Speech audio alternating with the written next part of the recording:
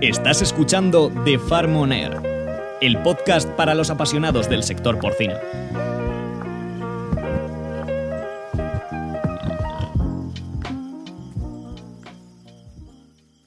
Hola, muy bienvenidas a una edición más de un podcast del sector porcino con Amprogapor, y en esta ocasión pues vamos a dar un repaso pues a todo el sector, y para ello tenemos a don Antonio del Barrio, presidente honorífico de Interpor y asesor de Amprogapor, y al que es un placer y un gusto tenerle aquí en estos podcasts del sector. Muy bienvenido, Antonio. Gracias a ti, Miguel Ángel.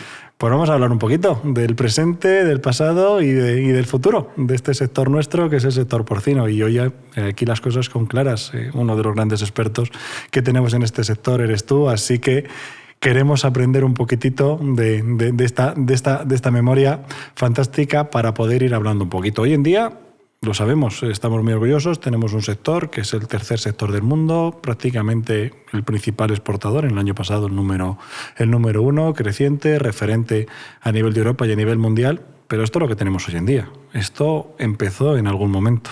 ¿Cuándo empezamos a decidir que teníamos un sector porcino? Bueno, la evolución del sector porcino en España viene ligada a la Asociación Nacional de Productores de Ganado Porcino, Amprogapor. Amprogapor se constituyó el 1 de julio del 77. El acta de constitución le firmaron 11 empresas y el 15 de diciembre de ese mismo año se hizo ya la asamblea donde se eligieron el consejo y el comité.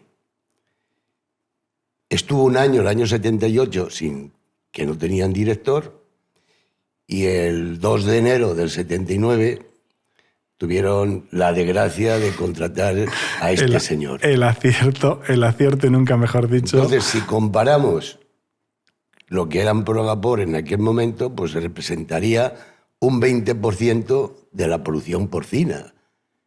Hoy, Amprogapor, a mi entender, representa más del 80% de la producción porcina.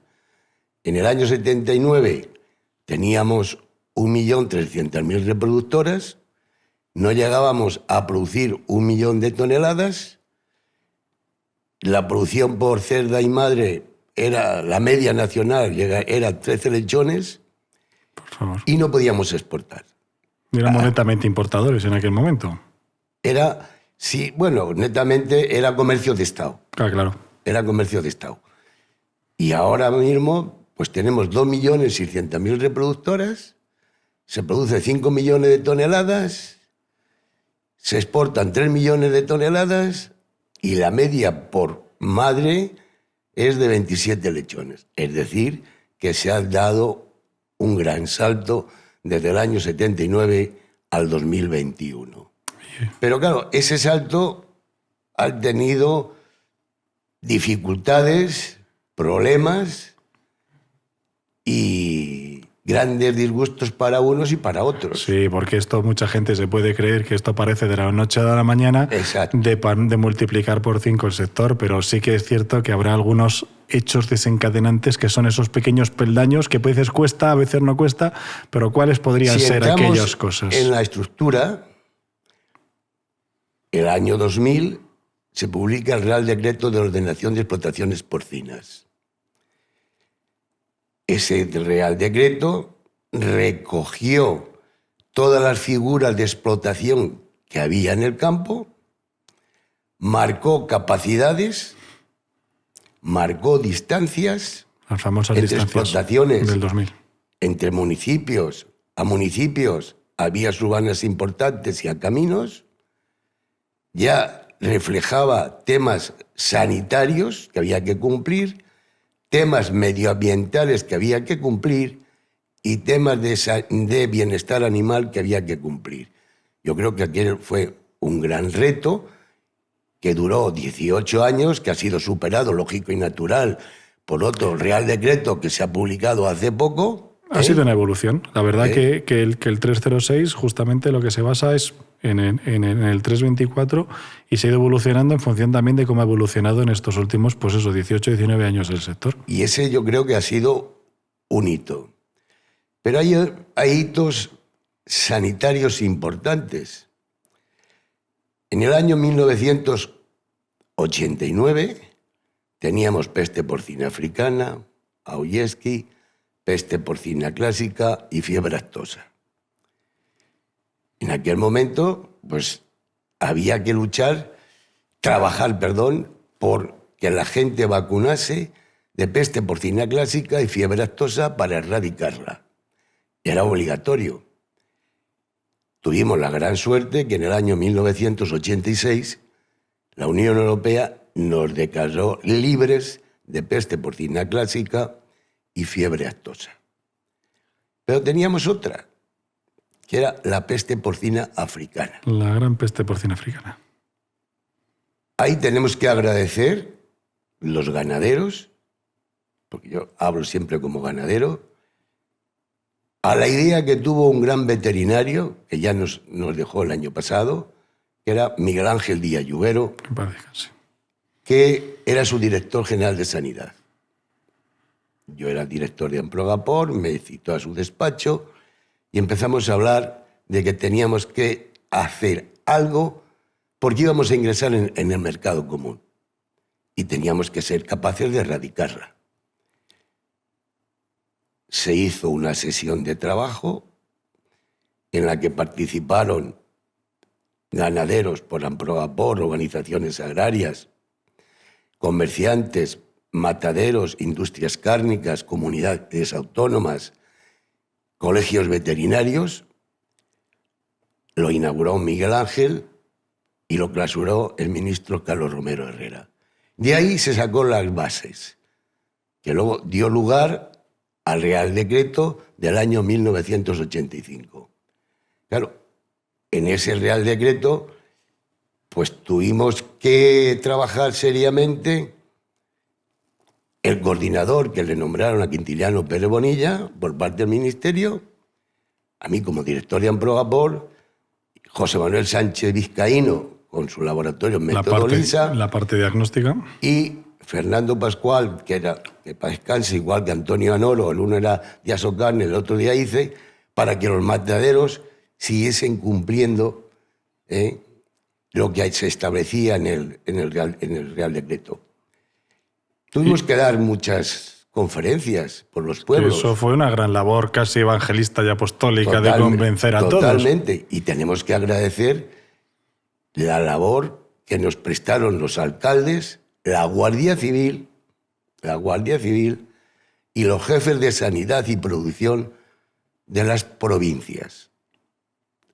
Gracias a esa labor, que todos esos en conjunto hicimos, en diciembre del 88, la comisión nos declara libres de PPA, al 90% de nuestro territorio, que podemos ya exportar. Decisión que se publicó el 19 de enero del 89. A raíz de ahí nos quedaba erradicar la otra parte. La famosa línea roja. Correcto. Que nos declararon libres, tuvimos que trabajar también seriamente con lo de la parte de la línea roja, libres en el año 1995.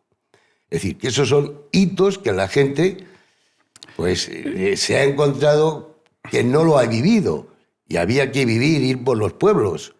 Y sobre todo yo creo que en este aspecto, como bien has señalado, la integración total entre la administración y el sector. Está claro que si no se integra y se trabaja junto... Te puedo decir, Miguel Ángel, que desde el año 60 que entró la peste porcina africana a este país, hasta el año 85 hubo bastantes legislaciones, pero se hacían desde despacho. Y no funcionaron. Sin la colaboración de las figuras que te he mencionado antes. En el año, luego tuvimos peste porcina clásica, en el año 1997-1998.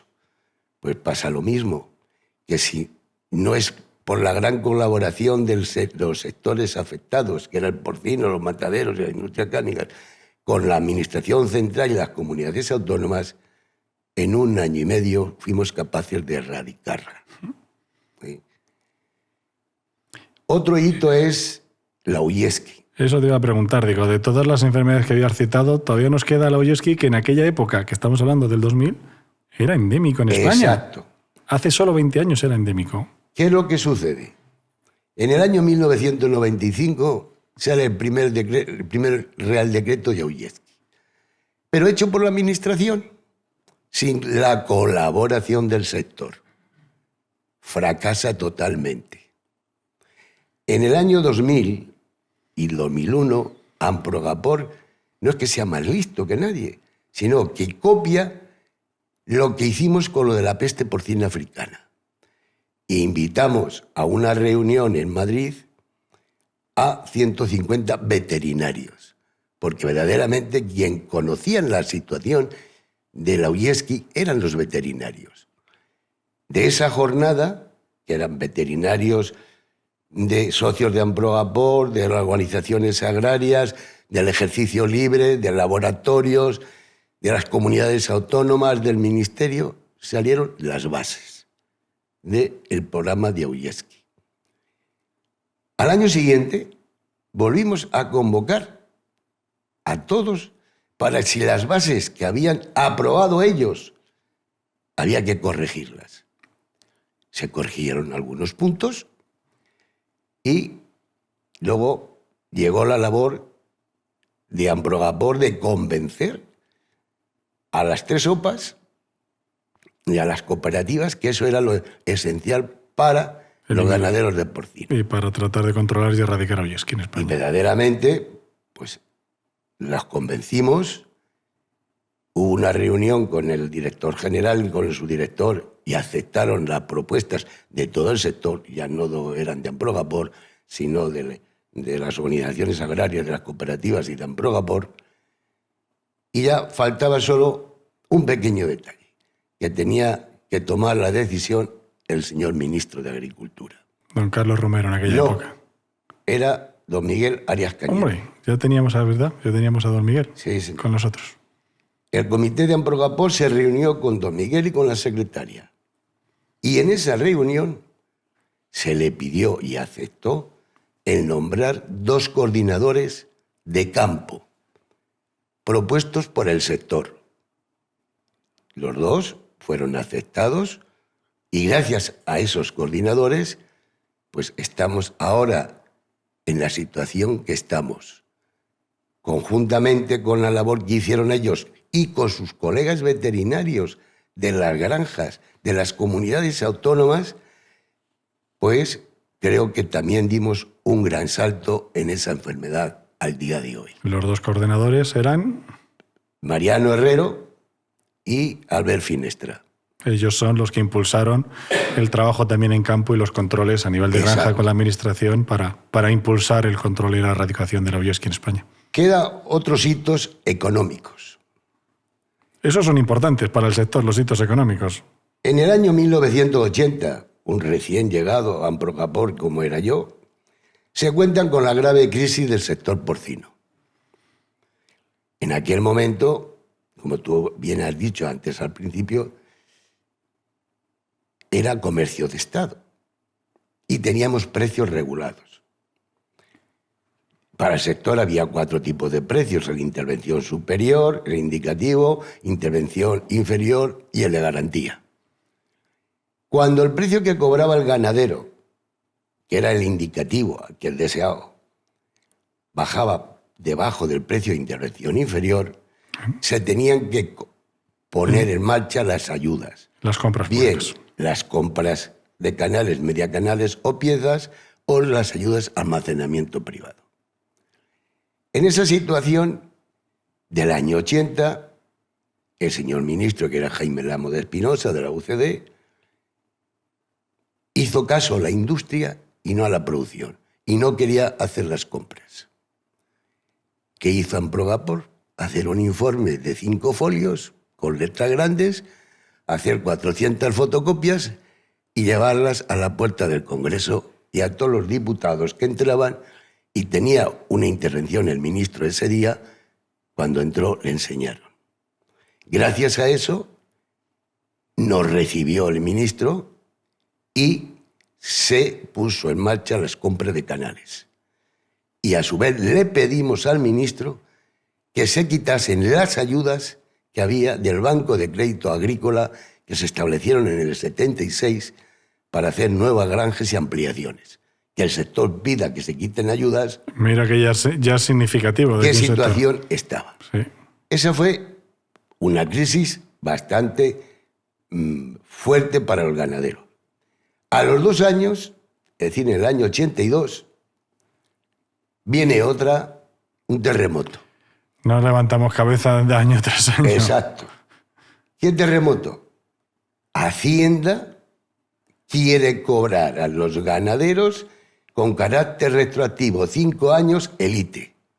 Suponía, después que venían de la crisis del 80, un duro golpe porque eso suponía 10.000 millones de las antiguas pesetas. Para el sector es muchísimo. Amprogapor, su comité, su consejo decidieron encargar al asesor de Amprogapor, que era don Ángel Sánchez García, que para descanse, un estudio que él lo contrató a su vez con catedráticos y economistas, que costó en aquella época 3 millones de pesetas, y se le entregamos a Antonio Herrero Halcón, que era director general de la producción agraria, con un resumen de medio folio. Suelen ser importantes los resúmenes y claros. Y la primera acción que hizo don Carlos Romero Herrera por el sector es conseguir de Hacienda una resolución en la que se eximían al sector porcino del ITE de los cerdos. Esa resolución solo exclusivamente fue para el sector porcino. Para el sector porcino, porque no quisieron participar en el estudio la Asociación de Pollos y de Fabricantes de Piensos. Solo fue Amprogapor. La siguiente golpe duro que nos vino fue el tratado de adhesión de España a la CE. A la Unión Europea. En marzo del año 85, mi amigo Fernando Pascual, que para descanse y el que les habla, nos fuimos a Bruselas, la primera vez que íbamos para esos temas. Nos vamos a la representación española y cuando nos ven el responsable y el segundo de a bordo, nos hacen una cruz. Estáis muertos. Iros al restaurante de ahí abajo. Nos dicen que en el tratado de adhesión se establecían unos montantes compensatorios. ¿Qué quería decir eso? Que todo lo que se importase venían subvencionados por la Unión Europea como si España fuese un tercer país. Es decir, no solo aparte de comprar, sino que lo que comprabas al país de origen le pagaban por vender en España. Exacto. Y nos dijeron que teníamos desde abril a junio que se firmaban los flecos para que nuestro ministerio pudiese quitarlos. Bueno, venimos aquí, en el avión nos tomamos unas copillas y pensamos una estrategia. La pusimos en marcha y dio resultado. Nuestro subsecretario, que era Julián Arévalo, que para descanse en aquel momento, cogió toda la documentación de declaraciones, manifestaciones que hicimos y se fue a Bruselas y se quitaron los montantes compensatorios de adhesión. Eso fue importante para el sector, porque hay cosas que los nuevos ganaderos y los nuevos veterinarios de esto, digo nuevos, para mí los novicios, pues no vivieron aquellos hechos. Otro hecho importante fue el año 1988, que vino otra crisis. Vamos siempre en montaña rusa con este sector, ¿eh? Y no se quería, el ministro, que era Carlos Romero Herrera, no quería aplicar la cláusula de salvaguardia. ¿Qué sucedió? Pues que hicimos una gran manifestación, soltando los cerdos en la M30, paralizamos el túnel de María de Molina, los cerdos en Atocha. Manifestación que todavía mucha gente se acuerda, ¿eh? De 80.000 personas, ¿eh?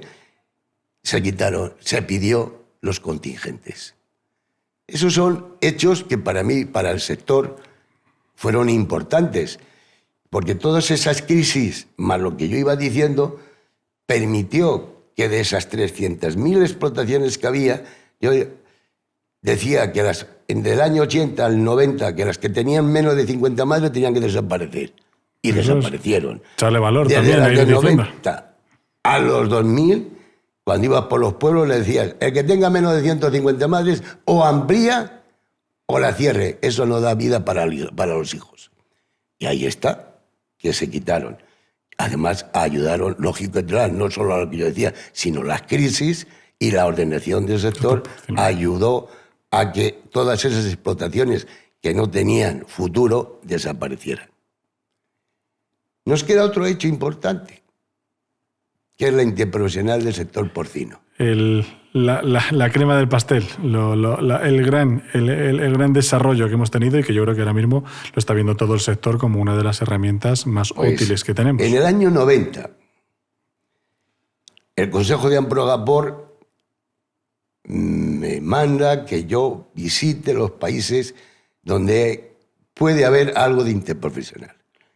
Me fui a Francia, a Holanda, Alemania, Reino Unido, Estados Unidos y Canadá. De todo aquello, pues nos pareció al abogado Ángel Sánchez García y a mí lo más adecuado lo que tenían los holandeses. Hicimos un borrador de ley de interprofesional para el sector porcino, solo y exclusivamente para el sector porcino. Una ley de interprofesionales para el sector porcino, la primera. Cuando se la fuimos a entregar al señor subsecretario, en abril del 91, un jueves, el viernes le cesaban. Esa ley quedó ahí aparcada hasta que en el 93 vino Miguel Ángel Díaz Lluvero, de secretario general de Agricultura, y salió la ley de interprofesionales del 94. La del 94. Pero del 94 al 2004, este señor no hizo nada. ¿Por qué no hiciste nada? ¿Era mucho quebradero de cabeza o había demasiado trabajo en el sector? Porque estaba cabreado con la ley de interprofesionales. Porque sí que copiaron la esencia del borrador nuestro, pero allí dieron cabida a todo Dios. Y la propia ley de interprofesionales que publicó el Ministerio, ni el Ministerio se la sabe. Porque en alguna interprofesional la están aplicando mal. Sí. Porque la ley de interprofesionales te dice que es para organizaciones o asociaciones de producción, no de medios de producción, que se la aprendan. Y representativas, que no tengan, que tengan un mínimo de un porcentaje. Bueno, yo ya di la batalla, no me hicieron caso, allá ellos.